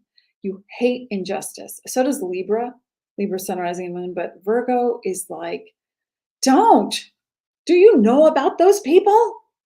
Why would you do that? It's affecting those people, which is a wonderful thing. But now we're not going to put more dissension into the world. We're going to look for solutions right away. Okay, so in the 11th house, that's where you ask for help. You find groups. Now, what most people find is cognitive resonance. So it's like, I'm a Republican, so I'm only going to attract Republicans to me. I'm just saying. I'm not saying every Virgo is a Republican. But it's a belief system that you have that can be limiting at this point with friends. So do you allow people in? Do you actually bear all? Do you share? You're very kind and generous, Virgo, Sun, Rising, and Moon, but there's a critical part of you that says, I shouldn't do that because, and then you fill in the blank, because it's your judgment, self-judgment or external judgment. So it's one thing to raise awareness about something, but it's another to criticize it, is what I'm saying. So you want to be very careful of no longer criticizing yourself for not being perfect. I heard somebody say that the other day and I was like, stop. Okay, the sledgehammer came out of me. And I was like, you already are perfect. You are a divine, sentient, celestial being. Why is human an excuse for mistakes? It's not. H-U, used to be the Arabic way to say godly, divinity, purposeful, without gender attached, purposeful in a human body, man, humanity. We are divine. Okay. I need to yell at you, Virgo, because then you'll get defensive and criticize me. But you hear what I'm saying, right? If you are moving toward compassion in as many moments as possible and owning your stuff, you're already in a state of perfection. Try that one on for size. Instead of, well, I'm not perfect. Well, what is? You don't end. If you believe you end, this conversation may not be you. For you, I mean. This conversation may not be for you if you believe you have an end date, an expiration date. Yeah, you'll be off planet soon at some point, 30, 50, 100 years from now, but you don't end. So therefore, it's you're ever changing, ongoing, expanding, growing. When Paul McCartney sang Let It Be, everybody thought that he was talking about the Virgin Mary. He wasn't. He was talking about his mother. He sang about his mom because she came to him in a vision. She died when he was very young, and she came to him in a vision, and she was soothing him and lending her support and saying, honey, just let it be. Yeah, I got the chills just now.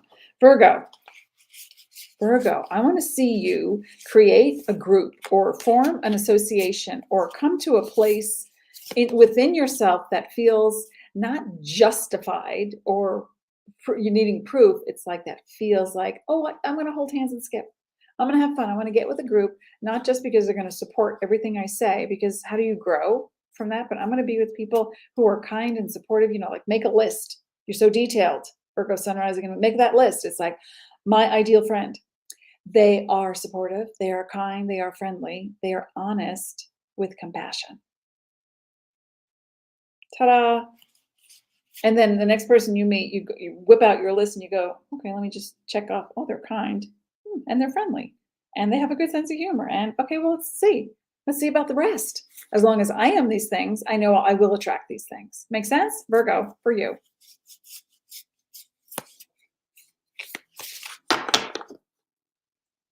And then I'm going to come back around and pull a card for Scorpio and Capricorn. Because I messed up. Okay. Ooh. Virgo, the moon. Satisfy emotional needs, nurture self and others. Okay. That makes perfect sense to me. The moon. Satisfy yourself. Emotional needs, nurture self and others. Virgo, sun, rising, and moon. You're not wrong. They're not wrong.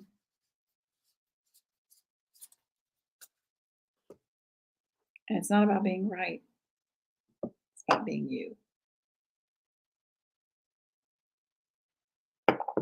Okay, Libra. Thanks for sticking with me, folks. I know it's a long one. I really wanted to just, help to give a solar lunar eclipse so you can utilize the energy, you can utilize the frequency, and you make some changes, and we can all hold hands and skip. Libra, 12th and 6th houses. Okay. Well, we've got Mercury in Libra is there right now for a little bit. And so you're thinking about it. You're reflecting on your beliefs and then how you project that into work. Because if you believe, I should probably add this to the picture. It's like when you write a story and you say, this happens and then there's an explosion and then there's going to be like this whole thing and these people are going to be like, blah, blah. Okay, whoa, what's the story? That's fun stuff, but what's the story, Libra? What's your story? What's the story you're sticking by? You have to value it. Remember, values empowerment. Value is something you would uphold. That's your MO. That's your criteria. That's your standard. Those are your values. So to value yourself first and foremost, Libra, sun, rising, and moon, is okay to do. You may not like the way how someone dresses, or you visit their house and their bathroom smells, whatever. And you're like, oh my gosh, you and Virgo would have a field day. So, but at the same time, you're like, okay, let me step back.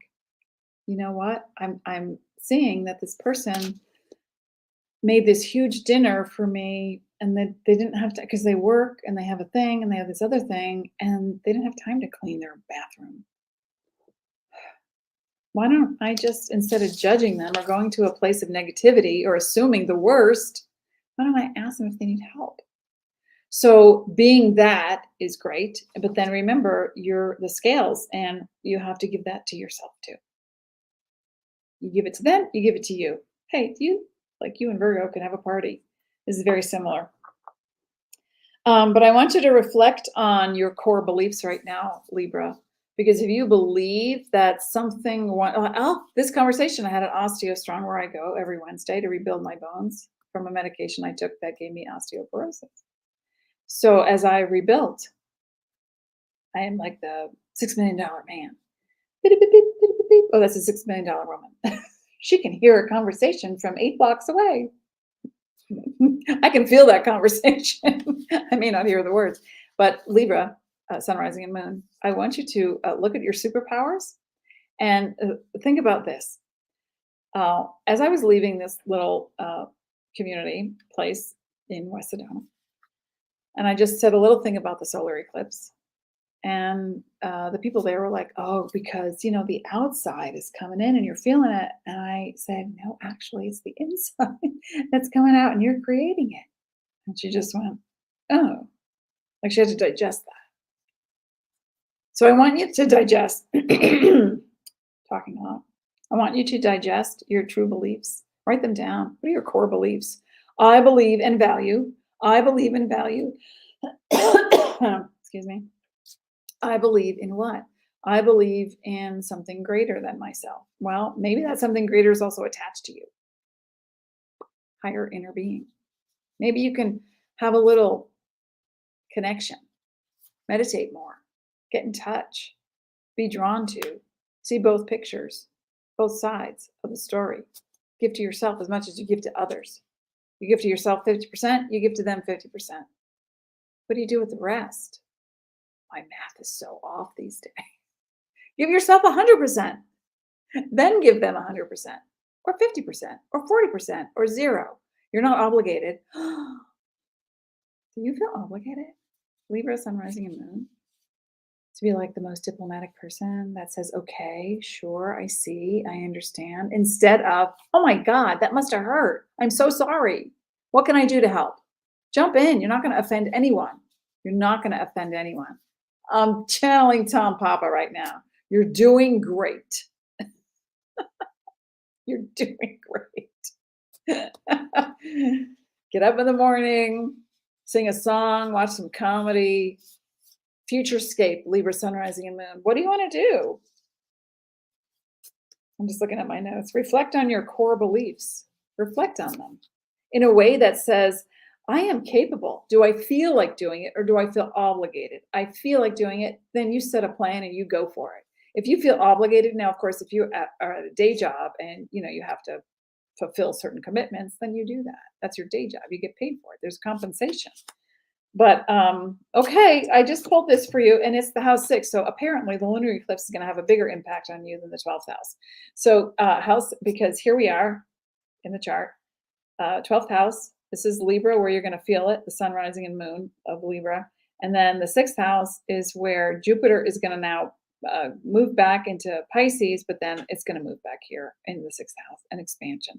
So if you're like eating chips, watching TV, going, I don't know. Why would they say that? Why would they do that? Well, I can't say that. That would hurt their feelings. I can't. And there's all this head chatter, and you can't get out of your head. You can. I'm telling you, you can. You can get up, you walk around the block. You get up and you jump up and down. Do some jumping jacks. If you can't jump, you get in a chair and you do a little dance. Put on some music you love. Dust. Clean your house. And I mean internally. Housekeeping. Establishing a foundation, health, daily life, and practical details. We're looking at escapism and extremism. So that means Libra, Sun, Rising, and Moon. The very next time you feel like you have to go to an extreme, you are not living your ideal. No judgment, no harm, no foul. Just, awareness. Okay, I see what I'm doing. I did all this for them, and I had this expectation that they would give back, and they didn't, and I felt crappy. But then I ignored it, but I really felt crappy. And then I ignored it, and then I really felt crappy, and then I got pissed.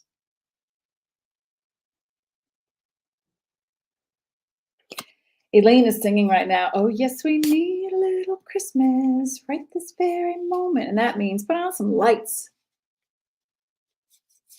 I am a magical being. Libra, Sun, Rising, and Moon. Are you?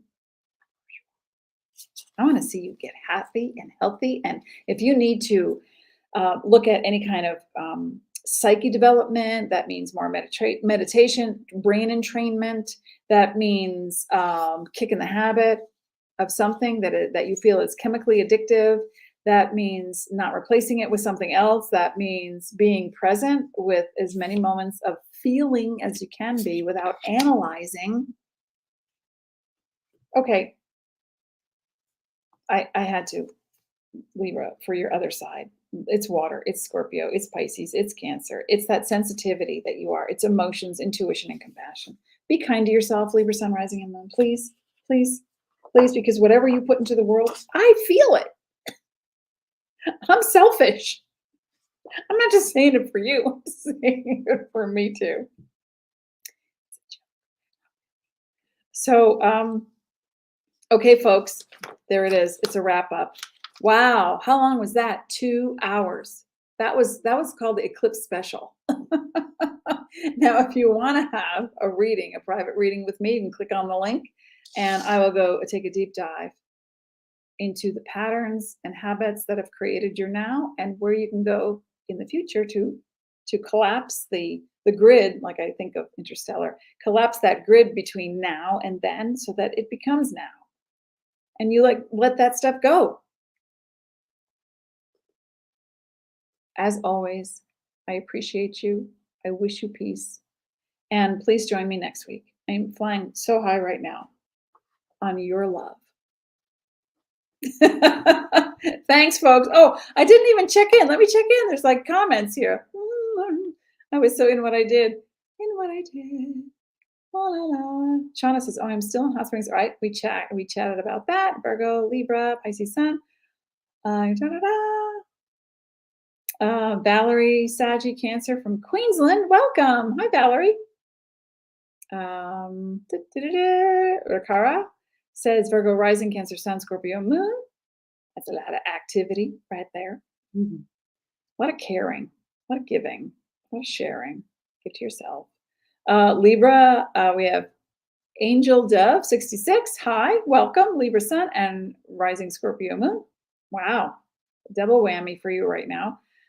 Julie also have Venus, Mercury, and Scorpio. Very intense. Be kind to yourself. And get serious about that thing you love. Who else? Lanier. Hi, you're back. Oh, good to hear you. Did you speak? I'm hearing you. Who's laughing at me? Yes. What else? La la la. Oh, thank you for this confirmation. Maybe that's what I heard. You're welcome. Let's see. Rhonda, yay, on the path. Yay. Justin, you are awesome. Thank you. So are you.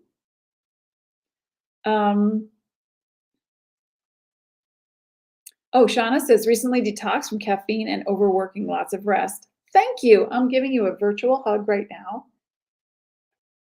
Cozy up, nice blankets. Ooh, it's something yummy to drink. You take care of yourself because, come on, we need you. We need your light and love and sound, your voice in the world. Latanya, thank you for your time, Elaine. Feels like we're in class again.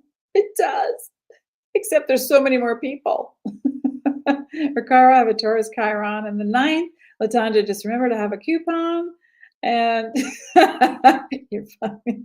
And Diana, hey, Diana, thank you. And you're welcome, and thank you. Cold-hearted. Hi, and wow, today my beloved's birthday. Her name's Elaine. Oh, Elaines are going to rule the world one day. Also, November 17th, Scorpio. Oh, that's my aunt's birthday. She's going to be 93. I better call her soon. And happy birthday to your sister, and welcome. Injustice grinds my gears, says Latanja. Thank you. Powerful Virgo rising. I feel like a party. Come on over. Thank you so much. You're so welcome.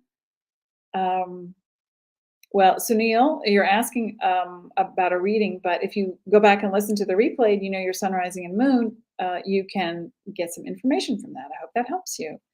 And Shelby, thank you. You're Elaine. I caught Libra, but we'll look at the whole replay. Pisces, Sun, Aries, Moon, Libra, rising. Blessings. Have a beautiful day. What are you going to do now? Oh, I got to do this. No, you're going to be present. That's it. You're present in love and compassion. You can put that into the world just by being you. The doing is done. Check that box. All right, folks. Thank you. I appreciate you, and I will see you next week.